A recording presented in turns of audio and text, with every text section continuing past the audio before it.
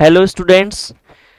तो last lecture में अपन ने बायोटेक्नोलॉजी वाला जो पोर्शन स्टार्ट कर रखा था उसी को आगे कंटिन्यू करते हैं। लास्ट लेक्चर में अपन ने बायोटेक्नोलॉजी का मीनिंग समझा था और अपन ने देखा था सिंपल सिंपल सी कुछ बातें कि किस तरीके से बायोटेक्नोलॉजी जो है वो की जाती है और उसके जो कुछ स्टेप्स थे सिंपल सिंपल उनका एक अपन ने ओवरव्यू लिया था कि ये स्टेप अपन बायोटेक्नोलॉजी के इन चैप्टर्स में पढ़ने वाले हैं। आज बायोटेक्नोलॉजी का पार्ट 2 है और इसमें अपन आगे का पोर्शन जो है वो डिस्कस करने वाले हैं। लास्ट लेक्चर में अपन ने एक चीज देखी थी बार बार, रिकॉम्बिनेंट डीएनए, जेनेटिक इंजीनियरिंग और जो है उसको कहां पे अपने को ट्रांसफर करना है। तो अगर रिकॉम्बिनेंट डीएनए से रिलेटेड किसी को भी कोई डाउट है तो मैं एक बार वापस बता देता हूं कि आरडीएनए क्या होता है, क्योंकि बार बार अपन इसी को यहाँ जो बायोटेक वाला पोर्शन है उसमें काम में लेंगे। तो एक मिनट आपको मैं आरडीएनए जो है वो वापस बता देता हूं एक बार। देखिए अपन ने लास्ट लेक्चर में क्या देखा था कि कोई भी अपने पास एक जीन होगा जिसे अपने को इंसर्ट करना है, जिसे अपने को क्या करना है, इंसर्ट करना है। और वो जीन ऐसे तो होस्ट सेल में जिसमें अपने को अपन उसको ट्रांसफर करेंगे वहां पे रेप्लिकेट होगा नहीं, तो उसको किसी न किसी वेक्टर के साथ जोड़ा जाएगा ताकि वो वेक्टर होस्ट सेल में जाए तो वहां पे रेप्लिकेट हो, जिससे अपने जीन की भी कॉपी बने और वहां प्रोडक्ट अपना तैयार हो। ओके, तो ये तो वो जीन है जिसे अपन ट्रांसफर करना चाह रहे हैं। ये कोई क्लोनिंग वेक्टर है जिसे अपन जनरली बायोटेक में वेक्टर के तौर पे क्या काम में लेते हैं, प्लाज्मिड काम में लेते हैं। तो ये प्लाज्मिड है, इनको अपन आरई से कट करवाते हैं और यहाँ पे जो अपना ये डिजायर्ड जीन है उसके साथ जोड़ा और अपना देखो क्या बन गया, आरडीएनए बन गया। क्या बन गया, इधर देखना, आरडीएनए बन गया, रिकॉम्बिनेंट डीएनए। यानी कि दो डीएनए आ गए ना, अपना जीन भी आ गया यहाँ पे और ये जो है वेक्टर भी है। अब इसको अपन होस्ट सेल में क्या करते हैं, ट्रांसफर करते हैं। तो ये है आरडीएनए, जिसे अपन हाइब्रिड डीएनए या काइमेरा डीएनए भी बोला था, क्योंकि इसमें दो डीएनए है, एक अपना जो जीन जिसको ट्रांसफर करना चाह रहे हैं और एक बैक्टीरिया का वेक्टर यानी कि प्लाज्मिड। ओके, इससे रिलेटेड कोई डाउट नहीं। अब यदि लास्ट क्लास का सब कुछ क्लियर है तो उससे रिलेटेड जो क्वेश्चंस आए हुए हैं कई आपके रिलेटेड एग्जाम्स में, तो उनको अपन देखते हैं। दो क्वेश्चन मैं आपके सामने लाया हूं। ओके, ये देखिए, excision and insertion of A gene is called. ध्यान से समझना क्वेश्चन को, ऑप्शन दोनों है। देखो, excision and insertion of A gene is called biotechnology, genetic engineering, cytogenetics, gene therapy. बताइए, यानी कि क्या बोलना चाह रहा है क्वेश्चन कि एक्सिशन यानी कि कहीं से किसी जीन को आप एक्साइज करो, निकालो, एंड इंसर्शन किसी में ट्रांसफर करो, इंसर्ट करो। इस प्रोसेस का नाम क्या था? क्या था इस प्रोसेस का नाम? क्या बायोटेक्नोलॉजी था? नहीं, इस प्रोसेस का नाम क्या था? जेनेटिक इंजीनियरिंग था। क्या था? जेनेटिक इंजीनियरिंग था। क्योंकि बायोटेक्नोलॉजी तो एक कंप्लीट प्रोसेस है जिसमें अपन जीन को निकालते भी हैं, होस्ट सेल में ट्रांसफर भी करते हैं और वहां प्रोडक्ट बनवाते भी हैं, उस प्रोडक्ट को भी आइसोलेट करते हैं। ये सब बायोटेक में था। लेकिन इसका एक प्रोसीजर जिसमें अपन जीन को कट कर रहे हैं और किसी में ट्रांसफर कर रहे हैं, इस प्रोसेस का नाम देखो, क्या क्या सीखा था अपन ने कल? जीएम बनाने तक का काम किसके अंडर आता है? Genetic engineering. जीन निकालना और उसे किसी होस्ट सेल में ट्रांसफर करना, यानी कि वो होस्ट सेल क्या बन गई है? GM, genetically modified. तो जीएम बनाने तक का काम कहां होता है? जेनेटिक इंजीनियरिंग में। या फिर आप सिंपल समझते हैं कि किसी जीन को निकालना और उसे होस्ट सेल के अंदर इंसर्ट करना, ये किसके अंडर आता है? Genetic engineering. ओके, तो बायोटेक आप इसमें नहीं लगाएंगे। ओके, एक क्वेश्चन और देखना, which bacterium is used in the production of insulin by genetic engineering? Insulin के प्रोडक्शन करने के लिए कल अपन ने एग्जांपल किसका लिया था? इंसुलिन जीन का लिया था और प्रोडक्शन करके दिखाया था। मैंने लास्ट स्टेप तक बताया था किस तरीके से करते हैं। बोलो कौन सा बैक्टीरिया यूज किया था किसमें? Which bacterium is use in the production of insulin by genetic engineering? क्या सैकेरोमाइसिस था, राइजोबियम था, एस्टेरेसिया था या माइकोबैक्टीरियम? तो इकोलाई था, जिसके फुल फॉर्म एस्टेरेसिया कोलाई होती है, तो इकोलाई। इससे अपन क्या करते हैं? ह्यूमन इंसुलिन का जो जीन है अपन इसमें अपना जो प्रोडक्ट है बनाते हैं। ओके, तो लास्ट लेक्चर से रिलेटेड ये आपके कुछ एग्जाम में क्वेश्चन आए हुए थे, ये अपन ने किया। अब आज अपन जो है इसका पार्ट सेकंड डिस्कस करते हैं। ओके, अब देखिएगा क्या डिस्कस कर रहे हैं। आज का अपना जो है टूल्स ऑफ बायोटेक्नोलॉजी। बायोटेक्नोलॉजी एक तरीके की टेक्निक थी, एक तरीके की इंजीनियरिंग थी, तो इसमें कुछ टूल्स तो काम में आएंगे जिनके थ्रू अपन बायोटेक्नोलॉजी करवाएंगे। ओके, कौन कौन से टूल काम में आएंगे? अपन बायोलॉजिकल टूल्स की बात करेंगे यहाँ पे, क्योंकि जो है लिविंग्स हैं उनके साथ ही, उनके जेनेटिक्स के साथ ही अपन कुछ छेड़छाड़ कर रहे हैं, कुछ मॉडिफाई कर रहे हैं, तो अपने जो टूल्स हैं वो भी बायोलॉजिकल होंगे, कुछ खास होंगे। ओके, देखना कौन कौन से टूल है। पहला है एंजाइम। पहला तो क्या है? एंजाइम। यहाँ पे कुछ एंजाइम्स को काम मिलेंगे, क्यों लेंगे अभी देखेंगे, डिटेल से डिस्कस करेंगे। दूसरा, वेक्टर्स और व्हीकल डीएनए, अभी भी क्लियर किया है, क्योंकि जीन सेल्स के बाहर कोई काम का नहीं है। जीन जब तक किसी सेल के अंदर नहीं जाएगा तब तक वो प्रोडक्ट नहीं बना सकता, और उसे सेल तक लेकर कौन जाएगा? वेक्टर या व्हीकल। देखो तभी नाम है व्हीकल, जो अपन बायोटेक में मोस्ट ऑफ द केसेज में क्या काम में लेते हैं? प्लाज्मिड। ओके, थर्ड टूल है डिजायर्ड जीन। जिस जीन को अपन ट्रांसफर कराना चाह रहे हैं, यानी कि जिस जीन को अपन होस्ट सेल में भेजना चाह रहे हैं, वो भी तो चाहिएगा अपने को, तो भी ये भी क्या हुआ? अपना एक बायोटेक का टूल हुआ। ओके, फोर्थ है होस्ट सेल, यानी कि कोई एक सेल तो चाहिएगी जहां अपन अपने रिकॉम्बिनेंट डीएनए को ट्रांसफर करेंगे, क्योंकि सेल के बिना तो बोला ना रिकॉम्बिनेंट डीएनए का भी कोई वजूद नहीं है, वो रेप्लिकेट कहां करेगा? उसे रेप्लिकेट होने के लिए कोई ना कोई क्या चाहिएगी? सेल तो चाहिएगी। जैसा अपन ने अभी क्वेश्चन में भी डिस्कस किया है कि इंसुलिन का जो जीन है वो अपन ने कहां उसका प्रोडक्ट जो है वो कहां बनवाया था? इकोलाई में बनवाया था। Okay, host cell. तो ये चार जो अपन टूल बायोटेक में डिस्कस करेंगे वन बाई वन। ओके, पहला अपन डिस्कस करते हैं किसको? एंजाइम को। कौन कौन से एंजाइम यहाँ पे अपने के काम आएंगे? देखो, पहला है लाइटिक एंजाइम, डिटेल से डिस्कस करेंगे, अभी ओवरव्यू दे रहा हूं। Lytic enzyme. सेकंड है क्लीविंग या रेस्ट्रिक्शन एंजाइम। थर्ड है जॉइनिंग एंजाइम। एंड फोर्थ, यदि आपको विजुअलाइज नहीं है तो ये है सिंथेसाइजिंग एंजाइम। यहां पे मैं लिख रहा हूं, कौन सा? Synthesising enzyme. ओके, तो ये चार जो है अपन एंजाइम, चार टाइप के एंजाइम अपन यहां एंजाइम वाली कैटेगरी में डिस्कस करेंगे। Okay, clear? आगे बढ़ूं? ठीक है, अब देखिएगा, ये तो अपन डिस्कस कर चुके एंजाइम्स। क्या डिस्कस कर रहे हैं अपन? एंजाइम। और एंजाइम्स में भी पहली कैटेगरी कौन सी बोली मैंने? Lytic enzyme. अब समझते जाइएगा बच्चों, लाइटिक एंजाइम क्या होते हैं? जो किसी सेल का लाइसिस करवाएं। देखो वर्ड से ही क्लियर है, लाइटिक मतलब जो लाइसिस करवाएं। अपने को सेल का लाइसिस क्यों करवाना है? देखो, पहला स्टेप ही क्या था अपना बायोटेक का, कि कोई अपने को डीएनए चाहिए। तो जब तक अपन सेल को तोड़ेंगे नहीं, अंदर का डीएनए अपन बाहर कैसे निकाल सकते हैं? तो क्या चाहिए? लाइटिक एंजाइम चाहिए। कौन कौन से चाहिए? मेरे पीछे देख पा रहे हैं आप, देखना।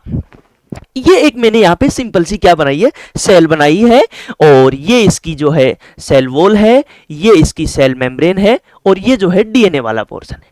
तो यदि इस डीएनए को मुझे इस सेल से बाहर लेके आना है तो मुझे क्या चाहिए? एंजाइम चाहिए। कौन से एंजाइम चाहिए? लाइटिक एंजाइम चाहिए, ताकि मैं इसकी सेल वॉल, सेल मेम्ब्रेन को तोड़ सकूं और इस डीएनए को बाहर ला सकूं। क्लियर? देखो, lytic enzyme, they are cell degrading enzyme which are used for isolation of DNA। Cell का डिग्रेडेशन करेंगे। देखो, पहला लाइसोजाइम। मान लीजिए कोई बैक्टीरियल सेल है, बैक्टीरियल सेल काम में लेते हैं ना अपन यहाँ पे, तो बैक्टीरिया का डीएनए यदि अपने को बाहर निकालना है तो क्या चाहिएगा? लाइसोजाइम। क्योंकि आपको पता है बैक्टीरियल सेल पेप्टिडोग्लाइकन की बनी होती है, और उसे डाइजेस्ट करने के लिए कौन सा एंजाइम चाहिए? लाइसोजाइम। तो digest bacterial cell wall. Okay, दूसरा देखना, सेलुलेज। अब आपको पता है कोई प्लांट सेल हो सकती है, तो प्लांट सेल से डीएनए आइसोलेशन करने के लिए उसकी सेल वॉल को तो तोड़ना पड़ेगा पहले। तो सेल वॉल प्लांट की किसकी बनी होती है? सेलुलोज की, और पेक्टिन भी होता है। तो सेलुलोज को तोड़ने के लिए सेलुलेज, और पेक्टिन जो प्लांट सेल का ही कंपोनेंट, सेल वॉल का ही कंपोनेंट है, उसे तोड़ने के लिए पेक्टिनेज। तो ये जो सेकंड और थर्ड वाली कैटेगरी है, ये अपन किसके लिए काम में लेते हैं? प्लांट सेल के लिए। ओके, फिर देखना, मान लीजिए कोई फंगस की सेल है, तो फंगस में भी सेल वॉल होती है, किसकी बनी होती है? काइटिन की। तो उसे तोड़ने के लिए अपने को क्या चाहिएगा? काइटिनेज एंजाइम चाहिएगा। तो ये लिख दिया मैंने, chitinase, digest fungal cell wall. फिर देखिए सेल मेम्ब्रेन, अंदर फिर सेल वॉल के अंदर भी क्या है? सेल मेम्ब्रेन है। तो सेल मेम्ब्रेन को तोड़ने के लिए क्या चाहिए? लिपिड की बनी होती है, तो क्या चाहिए? लाइपेज चाहिए, डाइजेस्ट सेल मेम्ब्रेन। ये है लाइटिक एंजाइम। अब देखिएगा एक चीज बताओ मेरे को, यदि एनिमल सेल के केस में सेल वॉल ही नहीं है तो क्या अपन कोई ऐसा एंजाइम डालेंगे जो सेल वॉल को तोड़ता है? नहीं, क्योंकि उसमें कोई सेल वॉल ही प्रेजेंट नहीं है। तो अपन सीधा अगर कोई एनिमल सेल है तो क्या अप्लाई करेंगे? लाइपेज, ताकि वो उसकी सेल मेम्ब्रेन जो है वो डिग्रेड हो जाए और अपने को अंदर का जो डीएनए है वो अपने बाहर मिल जाए। ओके, अब यदि प्लांट सेल है, फंगल सेल है या फिर बैक्टीरियल सेल है तो अपन क्या डालेंगे? ये डालेंगे और फिर उसके बाद में सेल मेम्ब्रेन तो होती ही है तो फिर अपन क्या डालेंगे? लाइपेज डालेंगे। बोलो क्लियर? लाइसिस सेल का करके डीएनए बाहर निकालेंगे। लाइटिक एंजाइम में मेरे ख्याल से कोई डाउट नहीं रहेगा। ये मैंने सेल बनाई थी, अगर इसमें सेल वॉल है, जो भी सेल है, तो पहले वो एंजाइम डालेंगे फिर लाइपेज डालेंगे ताकि सेल मेम्ब्रेन डिग्रेड हो जाए, ताकि अपने को ये जो डीएनए है वो बाहर मिल जाए। Okay clear? ठीक है, नेक्स्ट देखना। नेक्स्ट अपना है देखो क्लीविंग एंजाइम। सेकंड कैटेगरी कौन सी देखनी है अपने? Cleaving enzyme. क्लीविंग एंजाइम क्या होते हैं? जो क्लीव करे। किसको क्लीव करवाना है? अब अभी अपन ने क्या निकाला? सेल को लाइसिस करके, सेल को तोड़ के डीएनए निकाला। तो इस डीएनए का जो लाइसिस करे उसे क्या बोलेंगे अपन? सॉरी, जो डीएनए को तोड़े या क्लीव करे उसे क्या बोलेंगे अपन? क्लीविंग एंजाइम बोलेंगे। देखो, these enzyme are used for breaking nucleic acid, they are called nucleases। क्योंकि ये न्यूक्लिक एसिड ही तो है डीएनए आरएनए, तो डीएनए को तोड़ रहा है तो इसे अपन क्या बोलते हैं? न्यूक्लियस बोलते हैं। Okay, cleaving enzyme are of two type, ये दो टाइप के हैं। एक है अपना एक्सोन्यूक्लियस, सेकंड है अपना एंडोन्यूक्लियस। देखिए नाम से ही क्लियर है, एक्सोन्यूक्लियस मतलब डीएनए के जो टर्मिनल एंड्स हैं वहां से न्यूक्लियोटाइड को रिमूव करेगा या वहां से डीएनए को कट करेगा। एंडोन्यूक्लियस डीएनए को अंदर से कट करेगा। देखिए जैसे मैंने यहां बनाया भी है, ये एक्सोन्यूक्लियस है, ये अपना एक डबल स्टैंडर्ड डीएनए है। इसको देखो कहां से कट कर रहा है? किनारों से कट कर रहा है, कॉर्नर से कट कर रहा है। तो देखिए यहां मैंने बनाया है। ओके, तो ये क्या हुआ? एक्सोन्यूक्लियस हुई, जो डीएनए को कहां से कट कर रहे हैं? किनारों से, ना कि बीच से। एंडोन्यूक्लियस देखो, cuts at specific position with in the DNA, DNA के अंदर से काटेंगे। देखो टर्मिनल से कट नहीं कर रहे, कहां से कट कर रहे हैं? बीच से, और ये दो फ्रेगमेंट बन गए। बोलो एक्सोन्यूक्लियस, एंडोन्यूक्लियस। क्लियर? किस कैटेगरी में आ रहे हैं? क्लीविंग एंजाइम, क्योंकि किसको क्लीव कर रहे हैं? डीएनए को क्लीव कर रहे हैं, न्यूक्लिक एसिड को तोड़ रहे हैं, इसलिए अपन ने इनको क्या बोला? न्यूक्लियस भी बोला। ओके, चले आगे। अब देखिएगा नेक्स्ट। अब एक मिनट, जो ये अपने एंडोन्यूक्लियस है ना, एंडोन्यूक्लियस, इनका एक स्पेशल टाइप का एग्जाम्पल है रेस्ट्रिक्शन एंडोन्यूक्लियस। एंडोन्यूक्लियस ही है, लेकिन अपन नाम क्या दे रहे हैं? रेस्ट्रिक्शन एंडोन्यूक्लियस नाम दे रहे हैं। क्या दे रहे हैं? Restriction endonuclease. आगे बात क्लियर होगी क्यों बोल रहे हैं, क्या डिटेल डिस्कशन इस पे होगा, देखिएगा। अब अपने ये जो रेस्ट्रिक्शन एंडोन्यूक्लियस है, आरई जिसे अपन शॉर्ट में कल से बोल रहे हैं, रेस्ट्रिक्शन जो एंडोन्यूक्लियस है वो क्या करते हैं? डीएनए को तो तोड़ते हैं, ये तो बात क्लियर हो गई, क्योंकि न्यूक्लियस है इसलिए डीएनए को तोड़ेंगे, लेकिन डीएनए को और अंदर से भी तोड़ते हैं, क्योंकि देखो नाम से क्लियर है, रेस्ट्रिक्शन एंडोन्यूक्लियस। लेकिन डीएनए को एक स्पेसिफिक साइट से कट करते हैं। अभी क्लियर होगी, पहले सिंपल सी बातें देखते हैं। Cuts the phosphodiester bond sugar phosphate backbone, मतलब किसको तोड़ेंगे? डीएनए को तोड़ना है, तो जो उसकी बैकबोन है, शुगर फॉस्फेट की जो ऐसे बैकबोन है, और यहां ऐसे जो ये न्यूक्लियोटाइड्स जो है लगे हुए हैं, तो इस तरीके से, तो यहां से क्लीव करते हैं किसको? शुगर फॉस्फेट की बैकबोन को। अब देखिएगा, कट डीएनए बाय हाइड्रोलाइसिस, किससे कट करते हैं? कौन सी प्रोसेस से? हाइड्रोलाइसिस। कई बार तो यही पूछ लिया जाता है कि रेस्ट्रिक्शन एंडोन्यूक्लियस डीएनए को किस प्रोसेस के थ्रू कट करते हैं? हाइड्रोलाइसिस। हाइड्रोलाइसिस का मतलब है यहाँ पे H2O का भी ब्रेकडाउन होता है, H और OH टूटते हैं, इसको बोलते हैं अपन हाइड्रोलाइसिस। ओके, फिर देखना, they cut a specific site which is known as restriction site और रिकॉग्निशन साइट। डीएनए को अंदर से तो कट कर रहे हैं, लेकिन डीएनए के अंदर भी हर कहीं से कट नहीं करेंगे, उसको एक पर्टिकुलर साइट से कट करेंगे, उसका नाम क्या है? रेस्ट्रिक्शन साइट या फिर रिकॉग्निशन साइट। रिकॉग्निशन साइट, यहां से ध्यान से सुनना, आगे की बात इसी समझ में आएगी। क्या बोला? रेस्ट्रिक्शन एंडोन्यूक्लियस डीएनए को अंदर से काटते हैं, लेकिन अंदर भी एक स्पेसिफिक साइट से काटते हैं। उस साइट का नाम क्या है? रेस्ट्रिक्शन या रिकॉग्निशन साइट। Okay, clear? फिर देखना, रेस्ट्रिक्शन साइट है 4, 6, 8 are base pair with palindromic nucleotide sequence. अब इस रेस्ट्रिक्शन या रिकॉग्निशन साइट की बात हो रही है कि ये जो रेस्ट्रिक्शन या रिकॉग्निशन साइट है आरई की, वो या तो 4 बेस पेयर की होगी, या 6 बेस पेयर की होगी, या फिर 8 बेस पेयर की हो सकती है। किसकी बात हुई? रिकॉग्निशन साइट की। अब इसमें भी ये कॉन्सेप्ट है कि 4, 6 या 8 बेस पेयर की तो होगी, लेकिन वो सीक्वेंस कैसी होगी? पैलिंड्रोमिक सीक्वेंस होगी। पैलिंड्रोमिक सीक्वेंस क्या होती है? आगे क्लियर करते हैं, लेकिन पहले इतनी बात क्लियर कि आरई जो है वो डीएनए को बीच में काटते हैं, कहीं अंदर से काटते हैं, लेकिन अंदर भी एक स्पेसिफिक साइट से काटते हैं, जिसे रिकॉग्निशन या रेस्ट्रिक्शन साइट बोला। वो रेस्ट्रिक्शन साइट 4, 6 या 8 बेस पेयर की होगी, और वो जो बेस पेयर की सीक्वेंस होगी वो पैलिंड्रोमिक होगी। पैलिंड्रोमिक क्या होता है? नेक्स्ट देखिए, palindromic sequence of nucleotide same from both ends.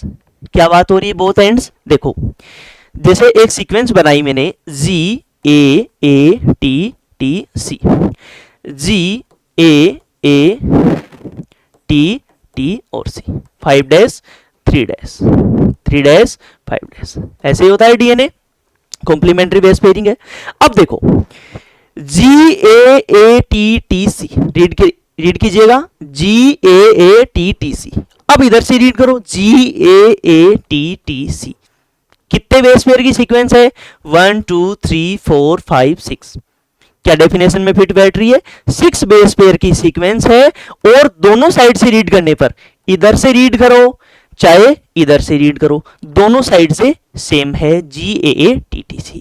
ऐसी सीक्वेंस को बोलते हैं पैलिंड्रोमिक सीक्वेंस, और ये रिकॉग्निशन साइट है किनकी?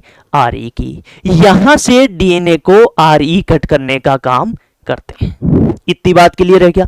एक एग्जांपल और दे देता हूं, जैसे मान लीजिए ये एग्जांपल लिया अपने GGCC,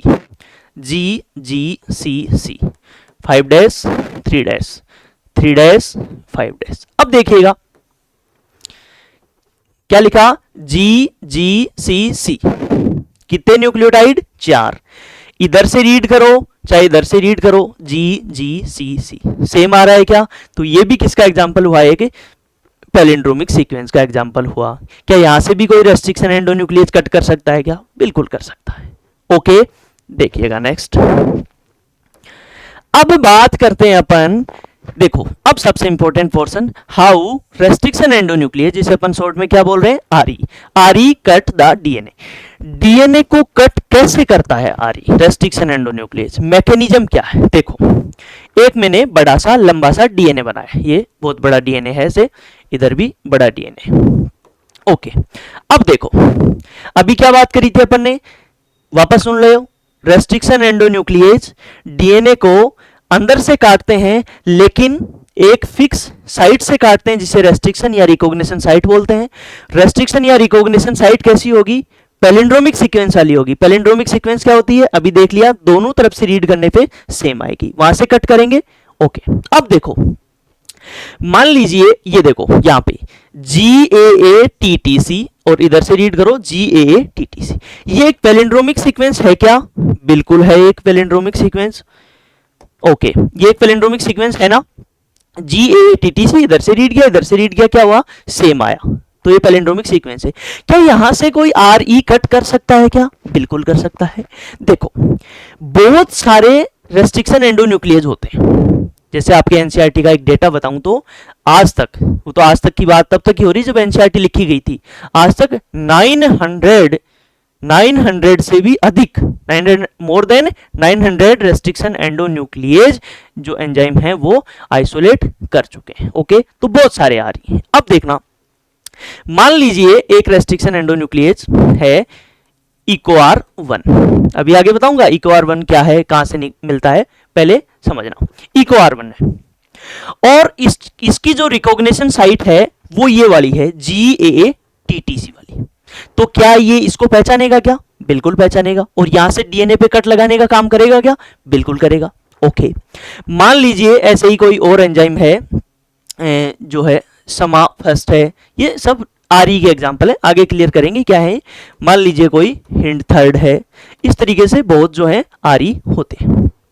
ठीक है, अब रेस्ट्रिक्शन एंडोन्यूक्लिएज क्या करेंगे, इस रिकॉग्निशन साइट को पहचानेंगे और जो इकोआर वन है ना वो इस रेस्ट्रिक्शन या रिकॉग्निशन साइट को पहचानता है।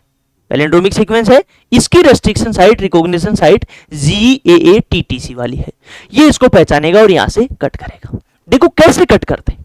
मान लीजिए इकोआर वन जो है यहां आके इस डीएनए पे बैठ गया, ये पूरे डीएनए पे ऐसे मूव करता है, इसको इंस्पेक्ट करता है पूरे डीएनए पे, और जहां जहां इसकी साइट मिलेगी, ध्यान से सुनना, इकोआर वन डीएनए पे बैठा, उसने पूरे डीएनए का इंस्पेक्शन किया और जहां उसकी साइट मिली, उसकी साइट का मतलब रिकॉग्निशन साइट मिली, पैलिंड्रोमिक सीक्वेंस मिली, उसी की साइट, मतलब क्या सर हर एक ERI की रिकॉग्निशन साइट अलग अलग होती है? बिल्कुल, सबकी अलग अलग रिकॉग्निशन साइट होती है। तो इकोआर वन के रेस्पेक्ट में क्या बोलेंगे, जहां जहां उसकी साइट मतलब GAATTC सीक्वेंस उसको डीएनए में दिखी, वहां से कट लगाने का काम वो करेगा। ओके, क्या बोला, इकोआर वन डीएनए पे बैठा, इसको इंस्पेक्ट किया और जहां जहां इसकी सीक्वेंस GAATTC दिखी वहां से कट लगाने का काम करेगा। देखिएगा, अब ये एक चीज सुनना जो आगे भी क्लियर करूंगा, दोनों स्टैंड पे कट लगाएगा क्योंकि सीक्वेंस तो सेम है, तो दोनों स्टैंड पे कट लगाएगा। अब जो इकोआर वन है वो कहां कट लगाता है, एक मिनट देखिएगा, वो जो है इस जी और ए, ग्वानिन और एडिनिन के बीच कट लगाने का काम करता है। तो ऊपर लगाया है ऊपर वाले स्टैंड में, तो नीचे वाले स्टैंड में भी यहीं से कट करेगा, सेम जगह से ही, ग्वानिन और एडिनिन। क्लियर बात, इकोआर वन GAATTC में भी ग्वानिन और एडिनिन के बीच में कट किया, ऊपर वाले स्टैंड में भी तो नीचे वाले स्टैंड में भी, दोनों स्टैंड में कट करेगा। ओके ठीक है, इकोआर वन मान लो आगे बढ़ा, GGCC, क्या यहां इस साइट को पहचानेगा क्या इकोआर वन? क्या कभी कभी पहचान लेगा? नहीं, इसको कभी नहीं पहचानेगा क्योंकि इसकी साइट ही GAATTC, ये किसी और एंजाइम की साइट है, मान लो समा फर्स्ट की साइट, तो इसको कौन पहचानेगा? समा फर्स्ट पहचानेगा और वो कट करने का काम करेगा। ठीक है, आगे देखो, GAATTC क्या इस साइट को पहचान सकता है क्या इकोआर वन? बिल्कुल, इसी की साइट है, तो यहां भी कट लगाने का काम करेगा। किस किस के बीच में? ग्वानिन और एडिनिन, नीचे वाले स्टैंड में भी ग्वानिन और एडिनिन के बीच में, यहां ये एडिनिन है। Okay, GAATTC। ओके ठीक है, अब सही है। ओके, अब देखना, यहां कट लगाया तो देखो यहां से ये वाला पोर्शन अलग हो गया, इधर वाला अलग हो गया, यहां से इसने कट लगा दिया इधर, तो ये वाला पोर्शन, तो ये बीच का पोर्शन जो है ना ये यहां निकल के आ गया। क्लियर, इसने यहां से कट लगा दिया, इसने इधर से कट लगा दिया, किसने? इकोआर वन ने, तो ये बीच का पोर्शन निकल के आ गया। क्या कटा डीएनए, क्लीव हुआ ना, क्लीविंग एंजाइम की कैटेगरी में ही था। ओके, तो ये देखो इधर ये कट के पोर्शन बाहर आ गया, और ये यहाँ पे मैंने क्या लिखा, तीनों जगह रेस्ट्रिक्शन साइट, ये किसी अदर एंजाइम की है, ये इकोआर वन की है। बोलो, how RE cut the DNA वाला प्रोसेस क्लियर, कैसे कट करता है, डीएनए पे बैठता है, उसको पूरे को इंस्पेक्ट करता है, जहां जहां उसकी पैलिंड्रोमिक सीक्वेंस होगी उसको पहचानता है और दोनों स्टैंड में कट लगवाने का काम करता है। कौन? रेस्ट्रिक्शन एंडोन्यूक्लियर, जिसे अपन क्या बोल रहे हैं? RE। बोलो क्लियर, आगे बढ़े। ओके, अब देखिएगा, चलो एक क्वेश्चन आ गया आपके लिए, कहीं ना कहीं आपके RPSC शायद 2015 में पूछा गया है RPSC में। देखो, which is an example of palindromic nucleotide sequence. अब करना क्वेश्चन को, अब आप कहोगे सर यहाँ पे तो पैलिंड्रोमिक सीक्वेंस एक ही दे रखी है, एक ही स्टैंड की दे रखी है, तो या तो आप इसको ऐसे सोल्व कर सकते हो कि इसको दोनों स्टैंड की बना लो क्योंकि कॉम्प्लीमेंट्री बेस पेयरिंग ही तो होती है, या फिर एक तरीका और है इसको सोल्व करने का। देखो क्या है, जैसे कोई सीक्वेंस है GAATTC, इसका कॉम्प्लीमेंट्री GAATTC, इस तरीके से होगा ना, ओके, अब देखो ये कॉम्प्लीमेंट्री है, तो या तो सबका आप ऐसे भी बना सकते हो, या फिर इसका एक तरीका और है, देखो समझना। ये जो ए है ना, दिख रहा है एडेनिन, इसका कॉम्प्लीमेंट्री इसके आगे वाला होगा। ये जो ए है इसका कॉम्प्लीमेंट्री ये वाला होगा, और ये जो जी है इसका कॉम्प्लीमेंट्री ये आगे वाला, इस तरीके से होगा। तो कोई सीक्वेंस इस तरीके से दे दी जाए तो उसको बीच में से तोड़ लेना, ठीक है। इसका कॉम्प्लीमेंट्री ये वाला, इसका कॉम्प्लीमेंट्री ये वाला, इसका कॉम्प्लीमेंट्री ये वाला, इस तरीके से भी क्वेश्चन आपका सोल्व हो सकता है। ओके, अब देखते हैं क्वेश्चन पे अप्लाई करते हैं अपना कॉन्सेप्ट। GAATTC, पहले तो इन पे एक डेफिनेशन तो अपनी सारी लागू हो रही है क्या, 4 6 8 बेस पेयर वाली बिल्कुल हो रही है। देखो बीच में से तोड़ लिया मैंने, इसका कॉम्प्लीमेंट्री ये वाला, इसका ये वाला और इसका ये वाला, क्या पहले पे फिट बैठ रहा है, बाकी को भी चेक कर लेते हैं। इसका कॉम्प्लीमेंट्री ए का कॉम्प्लीमेंट्री सी बिल्कुल नहीं होता, ये नहीं हो सकता। इसका कॉम्प्लीमेंट्री इसको बीच से तोड़ा तो जी का टी नहीं होता, डी ये तो अलग ही है, सीक्वेंस ही नहीं है डीएनए की, डी दे रखा है इसमें, तो बोलो क्लियर। तो इसमें कौन सा आंसर हो गया अपना GATT, या फिर आप इसका इस तरीके से कॉम्प्लीमेंट्री बेस पेयरिंग वाली सीक्वेंस बना के भी कर सकते थे। ओके, आगे बढ़े, ठीक है। अब देखो RE की बात, वापस RE पे ही चलेगा अपना अब थोड़ा डिस्कशन। RE रेस्ट्रिक्शन एंडोन्यूक्लियस के बारे में जितनी बात करी वो क्लियर, अब इसके बारे में कुछ और देखते हैं, बेसिक चीजें। First discover RE is restriction, जो पहला डिस्कवर रेस्ट्रिक्शन एंडोन्यूक्लियस है वो किसने डिस्कवर किया था, स्मिथ नाम के साइंटिस्ट ने। फिर later on EcoR first discovered by 3 scientist, Smith, Nathan and Arber, 3 scientist ने मिलकर इक्वार फर्स्ट को भी डिस्कवर किया। लेकिन पहला कौन सा था, हिंड सेकंड था, और किसने डिस्कवर किया था, स्मिथ ने। तो फर्स्ट डिस्कवर्ड जो RE है वो कौन सा है, हिंड सेकंड, और उसका क्रेडिट किसको जाता है, स्मिथ साइंटिस्ट को। ओके, फिर देखिए restriction enzyme are found in bacteria, only bacteria में ही होते हैं ये। क्यों होते हैं, अभी प्रोसेस आगे क्लियर होगी डिटेल से, पहले यहां समझिए किसमें होते हैं, बैक्टीरिया में। There are 2 enzyme responsible for restricting the growth of bacteriophage in bacteria. अब समझना क्या बोलना चाह रहा है, मतलब बैक्टीरिया में रेस्ट्रिक्शन एंडोन्यूक्लियस किसके लिए है, आगे क्लियर भी करूंगा, लेकिन सुनना बैक्टीरिया में इनका काम क्या है। बायोटेक्नोलॉजी में तो इनका अपन ने यूज लेने लग गए अपन, लेकिन क्या बैक्टीरिया अपने लिए थोड़ी बना रहे, वो अपने खुद के प्रोटेक्शन के लिए बना रहे हैं। प्रोटेक्शन किससे, वायरस से, और जो बैक्टीरिया पे वायरस अटैक करता है उसको अपन क्या बोलते हैं, बैक्टीरियोफेज। तो बैक्टीरियोफेज की ग्रोथ को रोकने के लिए, बैक्टीरियोफेज की ग्रोथ को रोकने के लिए बैक्टीरिया अपने अंदर क्या बनाते हैं, रेस्ट्रिक्शन एंडोन्यूक्लियस बनाते हैं। ये लाइन यही बोल रही है, restricting the growth of bacteriophage in bacteria. Okay, फिर देखना अब क्या होता है, बैक्टीरिया में एक ही एंजाइम नहीं बनता, 2 एंजाइम बनते हैं। सुनना मैं क्यों बता रहा हूं इनको, एक तो है मिथाइलेज और एक है RE, जिसको अपन क्या बोलते हैं, रेस्ट्रिक्शन एंडोन्यूक्लियस। किसके लिए बन रहे हैं, वापस बैक्टीरिया में वायरस की ग्रोथ को इनिबिट करने के लिए, बैक्टीरिया में वायरस की ग्रोथ को रोकने के लिए या रेस्ट्रिक्ट करने के लिए।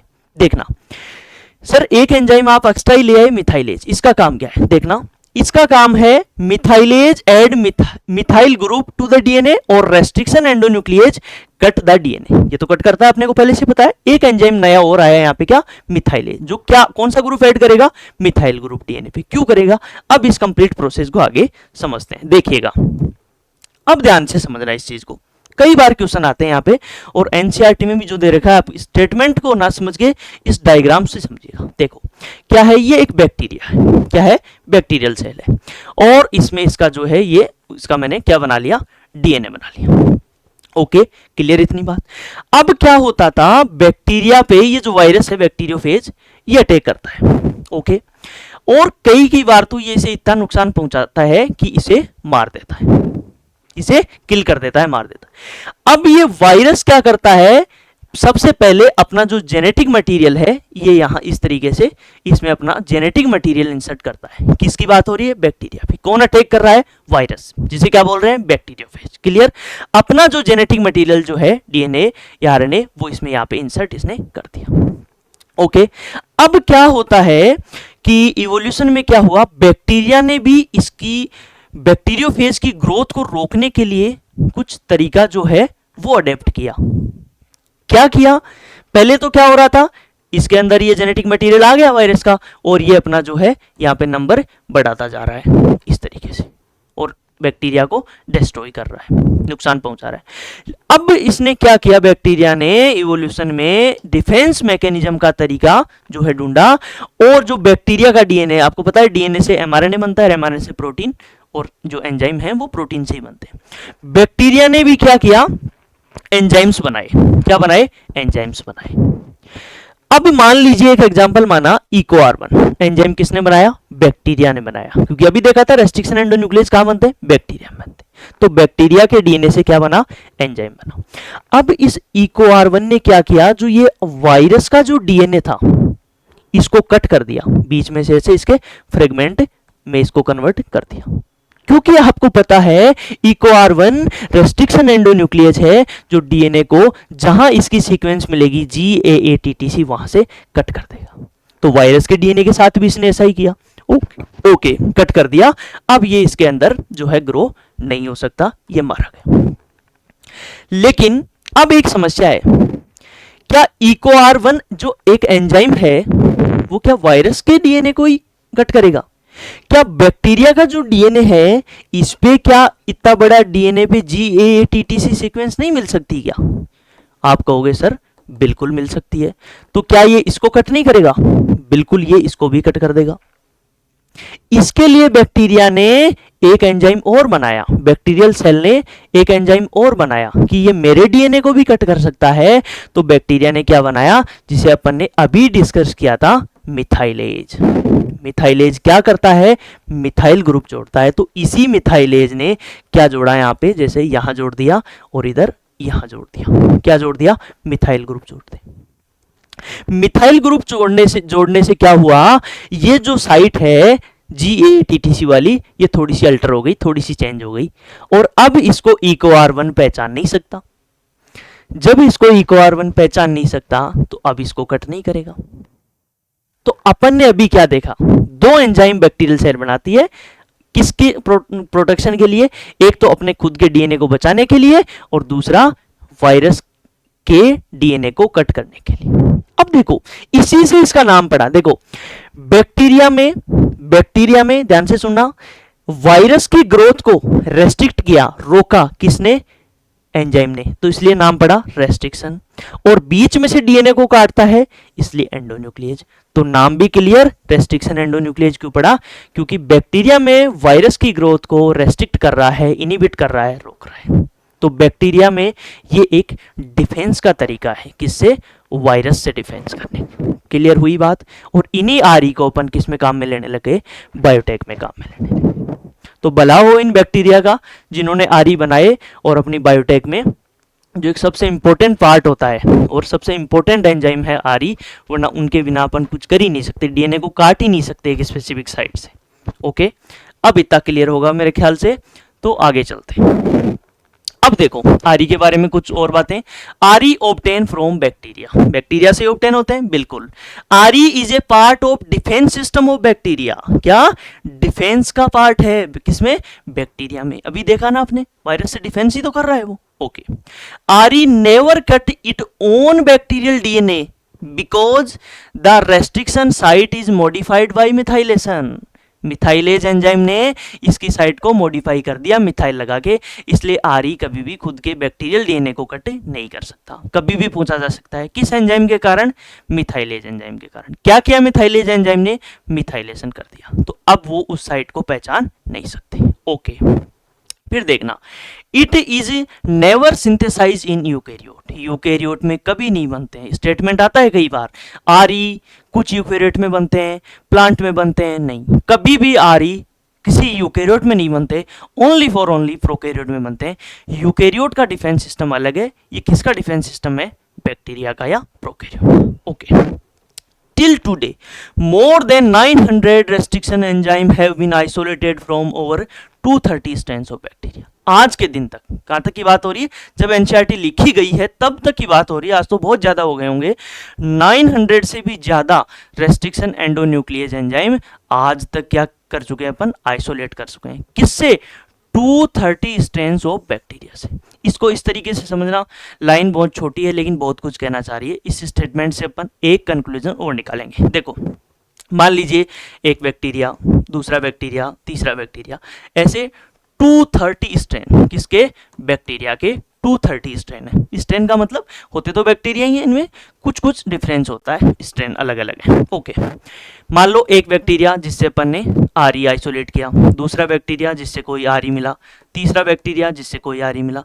तो ऐसे अगर हर एक बैक्टीरिया से एक ही आरई मिलता, सुनना ध्यान से, आई रिपीट अगेन, अगर एक बैक्टीरिया से एक ही आरई मिलता तो 230 स्ट्रेन से कितने मिलते? 230। लेकिन कितने बोल रहा है? 900। इसका मतलब एक बैक्टीरिया में एक से अधिक आरई सिंथेसिस होते हैं, तभी तो 230 से कितने हुए? 900 से भी ज्यादा। बोलो एनसीईआरटी की लाइन क्लियर और इसका ये कंक्लूजन। चलें आगे। ओके, ठीक है। अब देखो एक क्वेश्चन और है। देखो, restriction enzyme were discovered by, restriction enzyme किसने डिस्कवर किया था? Smith and Nathan, Alexander Fleming, Berg, none. तो अपन ने भी देखा सबसे पहला और उसके बाद में तो ऑप्शन कुछ इस तरीके के हैं, तो स्मिथ एंड नाथन जो है इसमें जाएगा। Okay, clear. तो ये साथ के साथ अपना ऐसा ही पैटर्न रहेगा, जैसे ही कोई टॉपिक उसके बाद में इसका कोई एग्जाम में कहीं ना कहीं आया हुआ क्वेश्चन। क्लियर, ठीक है। अब देखिएगा,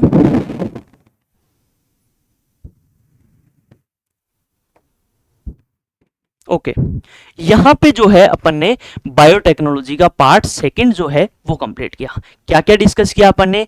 एंजाइम से अपन डिस्कस करने लगे थे, अपन ने लाइटिक एंजाइम डिस्कस किया, अपन ने रेस्ट्रिक्शन एंजाइम जो है वो डिस्कस किया, यानी कि लाइटिक और जो क्लीविंग एंजाइम है जिसमें अपन ने रेस्ट्रिक्शन एंडोन्यूक्लियस को डिटेल से देखा। वापस सुन लीजिए एक बार, क्या लाइसिस में ओनली लाइटिक एंजाइम में जो लाइसिस करते हैं सेल का, जिससे अपन डीएनए को बाहर निकालेंगे। इसके बाद में अपन ने जो है क्लीविंग एंजाइम देखे, जो डीएनए को कट करेंगे। डीएनए को कट जो टर्मिनल एंड से करे एक्सोन्यूक्लियस, जो अंदर से करे एंडोन्यूक्लियस। एंडोन्यूक्लियस में भी एक कैटेगरी देखी, रेस्ट्रिक्शन एंडोन्यूक्लियस, जो डीएनए को एक स्पेसिफिक साइट से कट कर रहे हैं। उस स्पेसिफिक साइट का नाम रिकॉग्निशन या रेस्ट्रिक्शन साइट, जो कि पैलिंड्रोमिक न्यूक्लियोटाइड की एक सीक्वेंस है, जिसको दोनों साइड से किधर से भी रीड करो सेम आएगी वो प्रोनाउंसिएशन में। ओके, और उसके बाद में आरई की अपन ने कुछ प्रॉपर्टी देखी कि आरई बैक्टीरिया क्यों बनाता है? डिफेंस के लिए बनाता है। किससे डिफेंस करता है अपने आप को? वायरस से। वायरस की ग्रोथ को अपने में रेस्ट्रिक्ट करता है, इसीलिए इसका नाम पड़ा रेस्ट्रिक्शन। और डीएनए को बीच से काटता है, इसलिए रेस्ट्रिक्शन एंडोन्यूक्लियस। उनको अपन बायोटेक में यूज करते हैं और डीएनए को कट कराते हैं और अपनी बायोटेक इससे सक्सेसफुल होती है। Okay, clear. तो लास्ट में आपके लिए थैंक यू, आपने ध्यान से सुना और आगे की चर्चाएं जारी रहेगी। वेट करिएगा नेक्स्ट क्लास का, पढ़ते रहिएगा। Thank you, all the best.